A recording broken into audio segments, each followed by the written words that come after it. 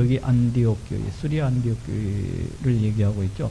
그러니까 지금 여기는 11장에서 지금 11장 말미에서 예루살렘 교회 바나바오고 바울하고 이렇게 구제 헌금을 들고 이제 보내는 것을 볼 수가 있었고,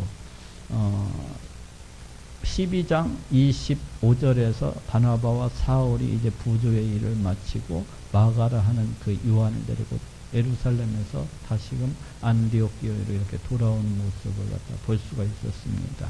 그래서 여긴 그런데 좀 특이한 것이 안디옥 교회에 선지자들과 교사들이 있으니 이 선지자들이 누구냐라는 겁니다. 과연 신약교회의 웬 선지자냐. 그래서 요즘에도 가끔 이렇게 인터넷 같은 데 이렇게 보면은 자칭 선지자라고 주장하는 사람들이 더러 이렇게 있더라고요. 자칭이에요. 그건 그냥 자칭. 이 하나님의 구원 사역에 있어서 그 왕직이라든지 선지자직이라든지 제사장직은 어떻게 보면은 구약 시대에 속한 한정적인 그런 직분이었다고 할 수가 있어요. 왕직, 그 다음에 선지자직, 제사장직이라고 하는 것은 구약 시대에 속한 말 그대로 한정적 직분이었다고 할 수가 있습니다. 그런데 지금 여기 신약에서 지금 이 선지자들 하면서 지금 마치 신약 시대에도 이 선지자들이 있는 것처럼 지금 이와 같이 표기가 되고 있는데, 제가 볼 때는 그래요. 이게가 과도기적인 그런 직분이다라는 생각을 해요. 무슨 말인가 하면은 지금 교회의 어떤 직분들이 아직 완전히 정립이 안 된 상태에서 그 구약에 속한 그 어떤 모형과 형태들이 지금 신약교회에 그대로 흘러 들어와 가지고 이게 정리가 안 된 어떤 그런 모습 속에서 이 선지자직이라고 이렇게 선지자들이라는 말이 이렇게 이때까지는 쓰여지고 있는 것 같습니다. 그런데 이 구약시대 왕직, 그 다음에 선지자직, 이 제사장직은 어떤 것을 갖다 의미하는 거니? 장차 이 땅 가운데 오시는 메시아, 그리스도의 그 사역을 갖다가 예표하고 있었던 그런 직분들입니다.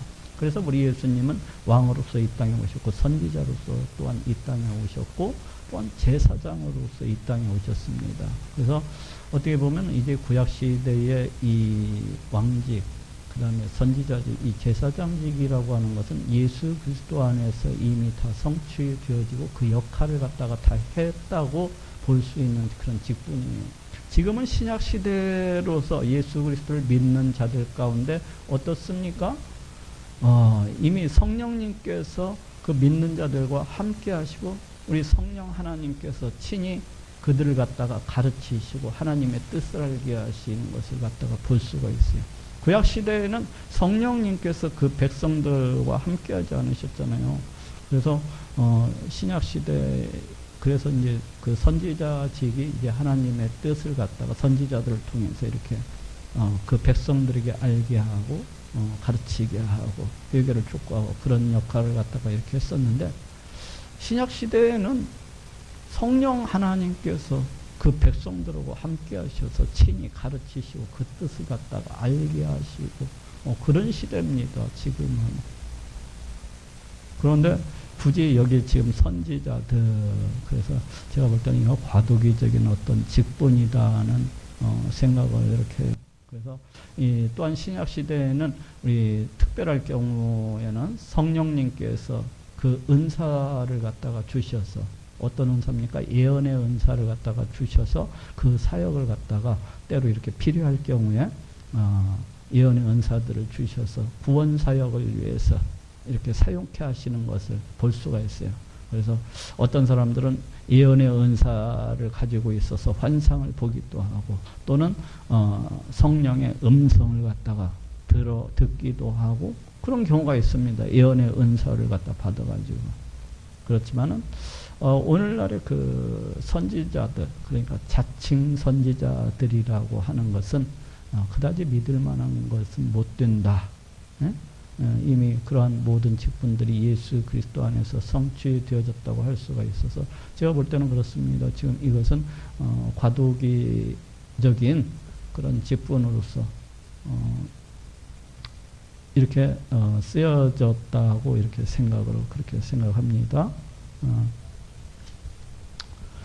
교사들이 있으니 곧 바나바와 니게르라 하는 시몬과, 여기 니게르는 이제 검다라는 뜻입니다. 그래서 아마 니게르가 그 시몬의 별명이었는지 어쩐지 모르겠어요. 근데 그 니게르라고 하는 시몬이 이제 유대적인 그런 이름이잖아요. 그래서 아마 아프리카 지방에서 이렇게 온 유대인이 아닌가.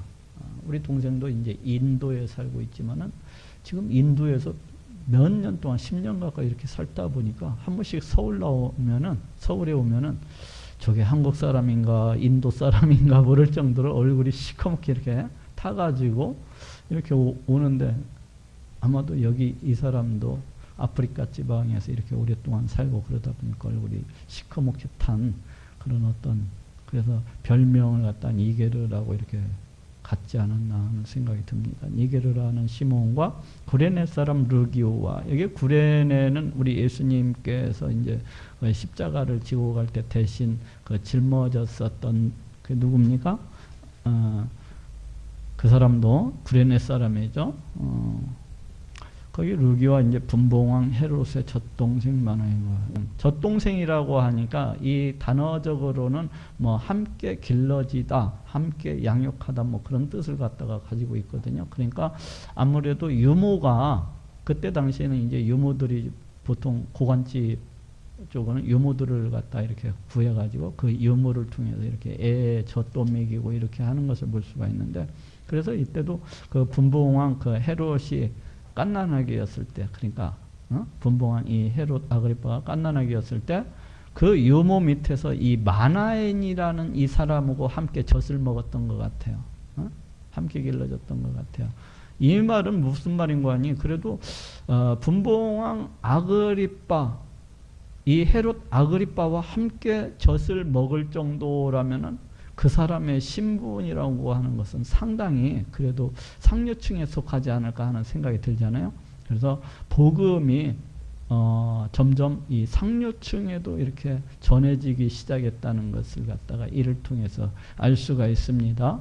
마나행과 및 사울이라, 사울은 이제 바울을 갖다가 이야기합니다. 그 안디옥 교회의 많은 일꾼들에 대해서 지금 소개를 하고 있어요. 주를 섬겨 금식할 때에, 유대인들은 보통 일주일에 2번 정도 이렇게 금식을 하면서 우리 하나님을 섬기는 그런 전통을 가지고 있었는데, 지금 여기 특별히 주를 섬겨하고 우리 예수님을 기억하는 어떤 기념하는 그런 금식을 갖다가 베풀었다는 것을 갖다가 했었다는 것을 갖다가 이렇게 짐작해 해주고 있어요. 근데 여기서 섬긴다고 하는 것은 섬기다, 봉사하다라는 뜻도 가지고 있지만은 여기에서는 예배하다라는 그런 의미로 해서 이제 사용이 되어지고 있습니다. 그래서 아마도 금식하면서 이렇게 예배를 갖다가 드렸던 것 같아요. 금식하면서 예배하는 중에 뭐 이렇게 생각을 해볼 수가 있어요. 오늘날에도 이제 그 사순절 기간이 되면 많은 교회들에서 금식을 하면서 하루에 한 끼씩이라도 이렇게 금식을 하면서 예수님께서 십자가에 달려 피 흘려 죽으신 것을 갖다 기억하고 기념하는 것을 볼 수가 있는데, 여기에서도 아마 그러한 유의 금식과 예배가 아니었나 하는 생각이 들어요. 성령이 가라사대 내가 불러 시키는 일을 위하여 바나바와 사울을 따로 세우라 하시니, 지금 성령님께서 그 음성을 누구에게 주셨는지는 알 수가 없어요. 그렇지만은 그 어떤 일꾼들한테 주셨을 것이라고 이렇게 생각을 합니다. 그래서 이제 그 따로 세우라, 이것은 어떤 특별한 일을 맡기기 위해서 우리 하나님께서 이렇게 부르시고 있는 것, 그냥 어떤 특별한 사명을 갖다가 암시를 해주고 있어요. 이에 금식하며 기도하고 두 사람에게 안수하여 보내니라. 야, 이 안디옥 교회라는 교회가 이방인 교회로서 어떻게 보면 이방 지역에 세워진 첫 번째 그런 교회라고 할 수가 있는데, 매번 이렇게 금식 또 기도, 예배, 그러니까 이 교회가 굉장히 그 성령 충만한 이런 교회였던 것 같아요. 아마도. 그래서 여기에서도 금식하며 기도하고, 근데 이게 지금 금식하며 기도하고 또 예배를 드리는 가운데에서 이제 두 사람에게 안수하여 보내니라. 특별히 이제 이 사람들을 갖다가 파송하기 위해서 아마 교회 전체적으로 이렇게 금식하고 기도하면서 이 두 사람을 갖다가 안수해서 파송을 했던 것 같습니다. 두 사람이 성령의 보내심을 받아. 근데 실제로는 두 사람이 간 것이 아니죠. 바나바와 바울이 주축이 돼서 또 마가 요한이 이렇게 이제 이들 가운데 껴가지고 또 다른 사람들이 또 더 꼈을 수도 있어요. 알 수가 없어요. 그래서 두 사람이 성령의 보내심을 받아 실루기아에 내려가. 실루기아가 아까 그 안디옥의 그 유향이었죠. 유향. 안디옥으로부터 한 25km 정도 떨어져 있는 그런 항구입니다. 이게. 그래서 거기에 내려가서 이제 배를 타고 구브로에 가서, 이 구브로가 바로 바나바의 고향이었던 것을 알 수가 있어요. 그래서 안디옥 교회 내에도 이 구브로 사람들이 상당히 많이 와 있었던 것을 앞에서 봤었는데, 지금 그래서 이제 교회에서 파송을 할 때 어디 쪽으로 갈까 하고 이렇게 기도를 하다가 아마 이쪽으로 방향을 정한 것 같아요. 구브로 쪽으로. 그래서 구브로 동편에 있는 이제 살라미에 이르러 하나님의 말씀을 유대인의 여러 회당에서 전할세.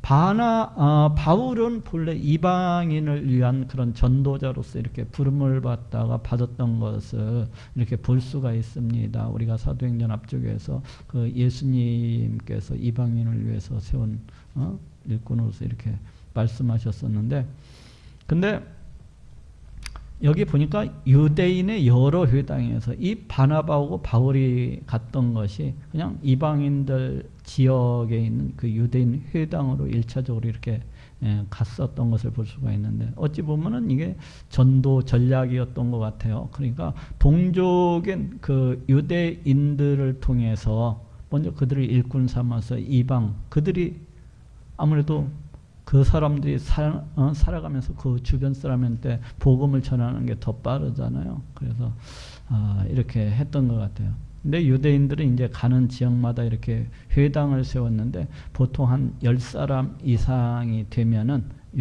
회당을 갖다가 세워가지고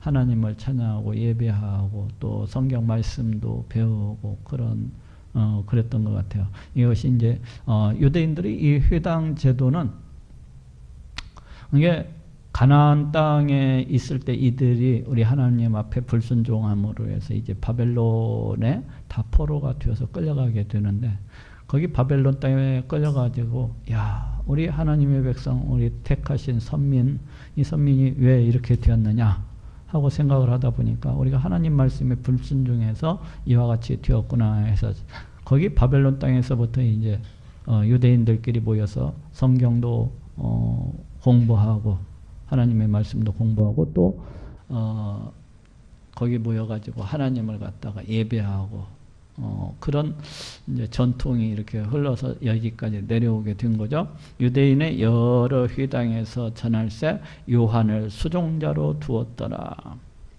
온 섬 가운데로 지나서 아마도 이제 바나바와 바울 일행이 이제 섬 가운데로 이렇게 마을마다 지나가면서 전도를 했던 것 같아요. 바보에 이르러, 바보는 그 두브로의 저쪽 서남쪽에 있는 지역입니다. 거기에 이르러 바예수라 하는 유대인. 바예수라는 얘기는 예수의 아들이라는 그런 뜻을 갖고 있습니다. 이게 예수의 아들. 근데 이 이름을 보니까는 유대인이라는 것을 알 수가 있어요. 유대인이라는 것을.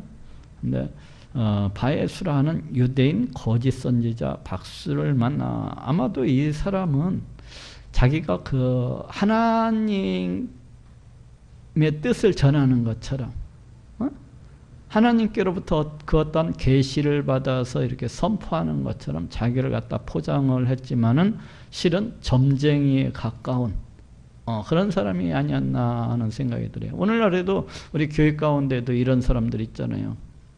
하나님께서 어떠한 것도 안 주셨는데 자기가 그 예언의 은사를 가지고 있는 것이냐 이라고 하나님의 이름으로 그냥 이렇게 선포하는 사람들 있잖아요. 그 사람도 이 사람들하고 똑같은 사람이라고 볼 수가 있어요. 우리 하나님께서 직접 주시지 아니한 것을 갖다가 자기가 하나님의 이름으로 갖다 선포하는 것은 여기 거짓 선지자 박수하고 똑같은 사람들입니다. 예수 점쟁이라고 불려요. 그 사람들을 갖다가. 그래서 이 사람하고 똑같은 사람들이라고. 요즘에도 굉장히 많습니다. 이런 사람들. 우리 하나님께서 주시지도 않았는데 하나님께서 주신 것 마냥 자기 이름, 자기가 그 하나님의 이름으로 이렇게 선포하고, 그건 거짓 선지자, 무당 점쟁이하고 똑같은 사람들이에요. 그가 총독 서기오 바울과 함께 있으니, 이제 그 구브로 섬은 총독, 로마로부터 파견을 받은 그 총독에 의해서 이렇게 다스려졌는데, 이 서기오 바울이라는 사람하고 이제 이 거짓 선지자 바예수가 이제 함께 이제 있었다는 거예요. 근데 서기오 바울은 지혜 있는 사람이라. 보통 성경에서 지혜 있는 사람이라고 하는 것은 우리 하나님을 알고 우리 하나님을 경외할 줄 아는 그런 사람을 갖다 말하는데, 여기에서 말하고 있는 이 지혜 있는 사람이라고 하는 것은 어떤 사려 분별이 깊고 어떤 일을 처리하는 데 있어서 아주 능숙하고 그런 사람을 갖다가 지금 일컫고 있어요. 서기오 바울은 지혜 있는 사람이라 바나바와 사울을 불러 하나님 말씀을 듣고자 하더라. 그러니까 이렇게 바나바하고 사울이 전하는 말씀들이 예사롭지 않다고 생각을 했던 것 같아. 이 사람이 지혜로운 사람이어서. 그래서 이제 불러서 하나님 말씀을 갖다 이렇게 듣고자 하는 마음이 있었어요. 근데 이 박수, 이 점쟁이 같은 이 박수 엘루마라는 이 단어는 보통 아랍어나 지금 아람어로서 이렇게 추측을 하고 있습니다. 우리 신약 성경은 헬라어로서 기록되어져 있지 않습니까? 그래서 이 엘로마는 이 이름을 번역하면 박수라, 점쟁이라는 얘기죠. 저희를 대적하여, 그러니까 바나바하고 그 바울을 갖다가 지금 이 점쟁이 이 엘루마가 이제 대적을 하는 겁니다. 대적을 해서 총독으로 믿지 못하게 힘쓰니, 지금 복음을 전하고 있는데 그 앞에서 지금 그 점쟁이 바예수가 지금 총독이 예수님을 막 믿지 못하게끔 방해를 갖다가 온갖 방해 공작을 갖다 다 하는 겁니다. 즉 어떻게 보면 성령을 갖다가 회방을 하고 있는 것이라고 볼 수가 있어요. 네? 성령을 갖다가 전도하는 것을 갖다가 이렇게 방해를 갖다 하고 있으니까. 그래서 앞에서도 그 헤롯 아그리파 1세, 헤롯 아그리파 1세가 야고보를 갖다가 잡아 죽이고 또 베드로를 갖다가 잡아 죽이려다가 베드로는 실패하고 야고보만 죽이고 교회에 핍박하다가 나중에 우리 하나님께서 치시니까 벌레가 먹어서 그렇게 죽는 것을 볼 수가 있었어요. 복음을 전하는데 그것을 방해하는 것은 우리 하나님께서 크게 그렇게 엄벌을 하시는 것을 볼 수가 있어요. 근데 여기에서도 지금 복음 전하는 것을 갖다가 자꾸 방해를 하니까, 이제 보십시오. 바울이라고 하는 사울이 성령이 충만하여. 여기에서 지금까지는 사울 그렇게 쓰여져 있었는데 지금 9절부터는 지금 바울이라고 하는 사울 이렇게 얘기를 하고 있습니다. 이 바울이라고 하는 뜻은 작은 자라는 로마식 그 이름이라고 할 수가 있어요. 그리고 사울은 이제 간구하다, 구하다라는 이런 뜻을 갖고 있는 유대식 이름이라고 할 수가 있는데, 근데 바울이라는 이름을 언제부터 이 사울이 바울이라는 이름을 갖다가 언제부터 사용한 것이냐, 이것에 있어서 어떤 사람들은 회심할 때에 회심하고 나서 바울이라고 이렇게 지었을 것이다. 또 어떤 사람들은 아니다. 본래 유대인들이 그때 로마 제국 당시에는 그 로마식 이름과 유대식 이름 두 가지를 갖다가 갖고 있는 사람들이 많았기 때문에 본래 갖고 있었던 이름일 것이다. 이렇게 이야기하는 사람들도 있어요. 근데 어떤 것이 진짜인가는 저도 모르겠어요. 나중에 가면은 궁금하신 분들은 직접 가서 물어보세요. 바울이라고 하는 사울이 성령이 충만하여 그를 주목하고 이제 바예수를 갖다가 탁 성령이 충만해서 지금 바라보는 겁니다. 10절에 나와 있는 이 이야기들이 어떤 바울이 화가 나서 하는 소리도 아니고 성령 충만함에서 지금 나오는 소리입니다. 가로되 모든 괴계와 악행이 가득한 자요. 여기서 괴계라고 하는 것은 사기 뭐 이런 것들이죠. 속임. 예? 그래서 악행, 온갖 그 악이 가득한 자요. 마귀의 자식이요. 와, 마귀의 자식이요. 모든 의의 원수여. 그게 모든 올바른 것들의 원수니까 사탄 마귀의 그 앞잡이라는 얘기네요. 예. 주의 바른 길을 굽게 하기를, 그게 우리 주님께서 행하시는 어떤 복음 전파의 그런 길을 방해하기를, 이런 의미로서 지금 쓰이고 있어요. 주의 바른 길을 굽게 하기를. 우리 주께서 지금 행하시는 그 복음 전파 사역의 길을 갖다가 방해하기를 그치지 아니하겠느냐, 이 더러운 마귀 새끼야 하면서 이제 얘기를 하고 있어요. 보라, 이제 주의 손이 네 위에 있으니. 보통 구약 성경에서 손이라고 하는 것은 어떤 하나님의 능력, 어떤 하나님의 권세를 갖다 이렇게 상징하고 있거든요. 그런데 여기에서는 이제 심판의 그런 의미로 해서 사용되고 있습니다. 보라, 이제 주의 손이 네 위에 있으니 하나님의 심판이 이제 너에게 임한다는 겁니다. 네가 소경이 되어 얼마 동안 해를 보지 못하리라 하니 즉시 안개와 어두움이 그를 덮어 인도할 사람을 두루 구하는지라. 야, 그 백내장에 걸린 사람처럼 그 말이 떨어지기가 무섭게 눈이 안개가 낀 것처럼 그렇게 되더니 마침내는 캄캄해져서 아무것도 안 보이는 그런 지경에 이제 이르게 된 겁니다. 소경이 된 거예요. 그래서 아무것도 안 보이니까 이제 더듬더듬하면서 자기를 갖다가 인도할 사람을 갖다가 이제 바예수가 이렇게 구하고 있는 겁니다. 야, 우리 하나님의 심판이 그러니까 너무나도 무섭지 않습니까? 복음을 전하니까 그 자리에서 그 우리 하나님의 그 심판이 불같이 떨어지고 있는 것을 볼 수가 있습니다. 우리가 전도할 때에도 이렇게 복음을 갖다가 전하지 못하게, 전도를 갖다가 하지 못하게 이렇게 방해하는 많은 사람들을 갖다가 이렇게 더러 만나잖아요. 더러 만나는데 한편으로는 보면서 그런 생각이 듭니다. 저 사람 오늘 저녁에 올바로 들어갈까? 이런 것들 보면은 정말로 무서워요. 우리 하나님께서 복음 전파 이 방해하는 것은 무섭도록 이렇게 가만 두시지 아니하는 것을 갖다 이렇게 보게 됩니다. 이해 총독이 그렇게 된 것을 보고 믿으며, 그러니까 너무나도 깜짝 놀란 그 앞에서 보고 있던 이 서기오 바울 총독이, 이야, 하나님은 정말로 계시는구나. 그걸 보면서, 이야, 하나님은 정말로 계시는구나.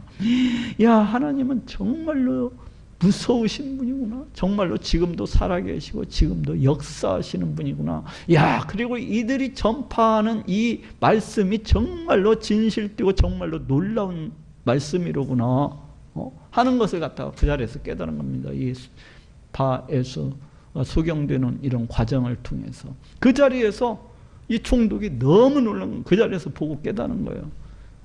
어떻게 보면은 이 총독이라고 하는 사람은 참 은혜 받은 사람이라고 할 수가 있습니다.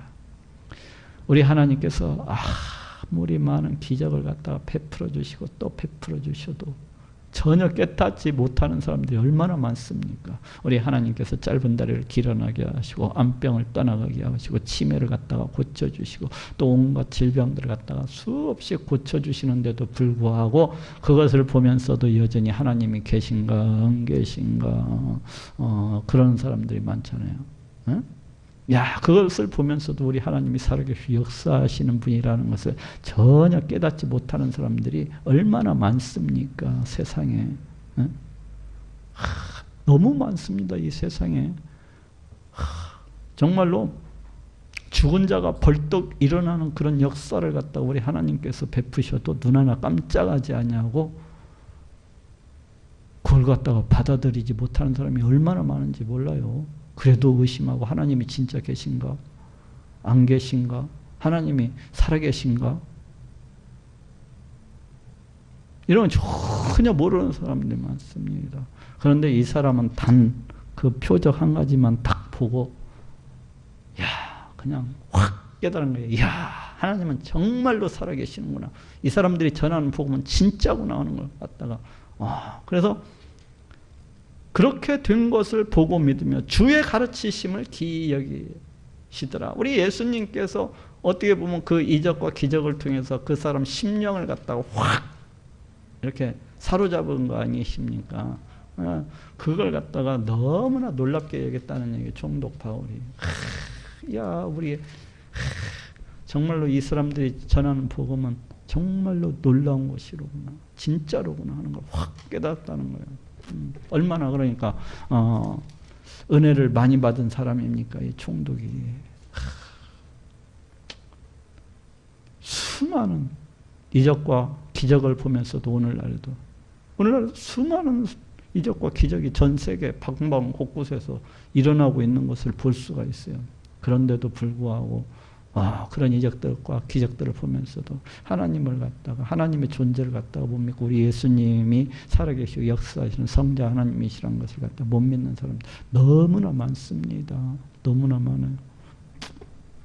바울과 및 동행하는 사람들이 바보에서 배를 타고 이제 바울, 바나바, 마가라 하는 그 요한 이제 등등이 이제 같이 그 바보 구브로선 서남쪽에서 이제 배를 타고 밤빌리아 지방에 있는 그 버가에 이르니, 아마도 이제 아탈리아 그 버가의 유황이었던 그 아탈리아로 해서 거기에서 배를 내려가지고 걸어서 이제 버가까지 갔겠죠. 아탈리아에서 버가까지는 걸어서 한 13km, 13km 정도 되는 그런 거리입니다.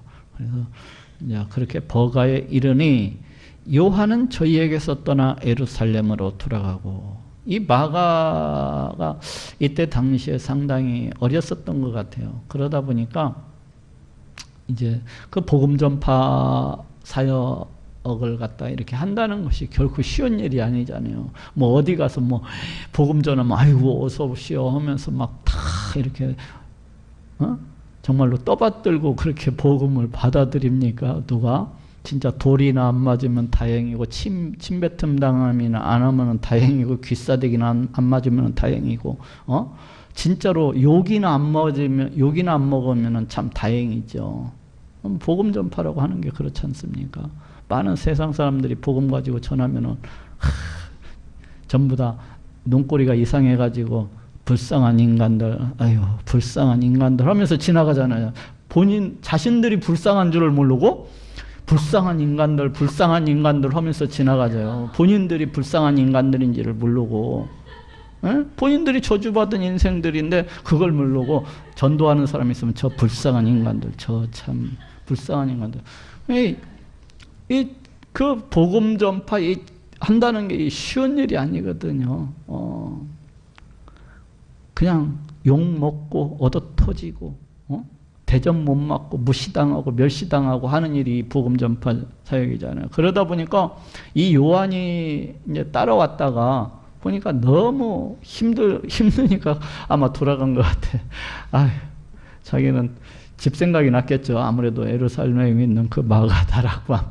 이 마가 다락방이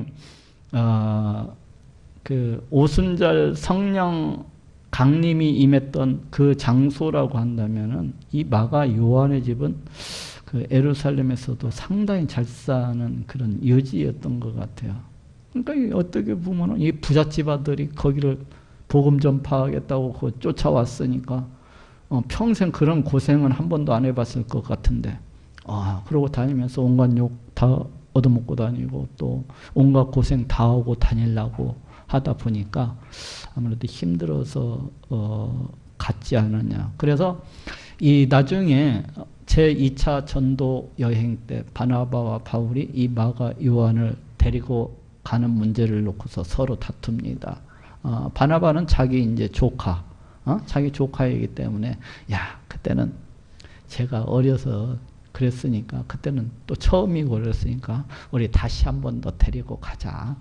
그러니까, 이 바울은, 아유, 그렇게 처음에 갔을 때 힘들어하고 어려워했는데, 지금 데리고 가다 또 중간에서 또 가면은 괜히 우리 분위기 흐트러지고 마음 상하고 서로 간에, 그러니까 다음에 데리고 가고 좀 놔두자. 이 일로 인해서 이제 서로 다투게 되는, 그래갖고 바울과 바나바가 서로 갈라서 가지고 서로 따로 전도하러 떠나게 되는 그런 동기가 됩니다. 여기에서. 저희는 버가로부터 지나 비시디아 안디옥에 이르러, 이쪽 이제 비시디아 지방의 그 안디옥인데,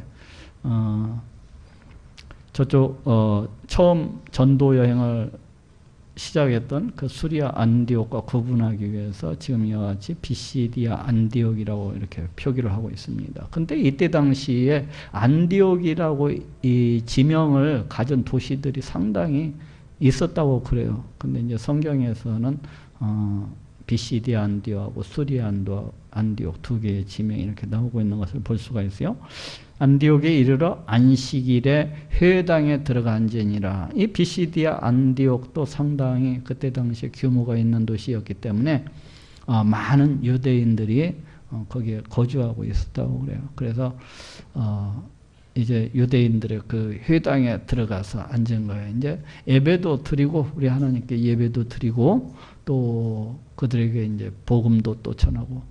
이 바울도 유대인, 그리고 바나바도 유대인. 그러다 보니까 아무래도 이방인을 전도하러 나섰지만은 자기 동족에게도 더 끌리는 마음이 있지 않았겠어요. 자기, 물론, 유대인들을 도구 삼아서, 그들을 통로 삼아서, 일꾼 삼아서 이방인들을 갖다가 이렇게 전도하고자 하는 그런 어떤 복음 전파 이런 계획도 있었겠지만은 또 자기 동족에 대한 그 애타는 이 바울의 어떤 심정 같은 경우도 헤아려 볼 수가 있습니다. 자, 오늘은 여기까지 하겠습니다.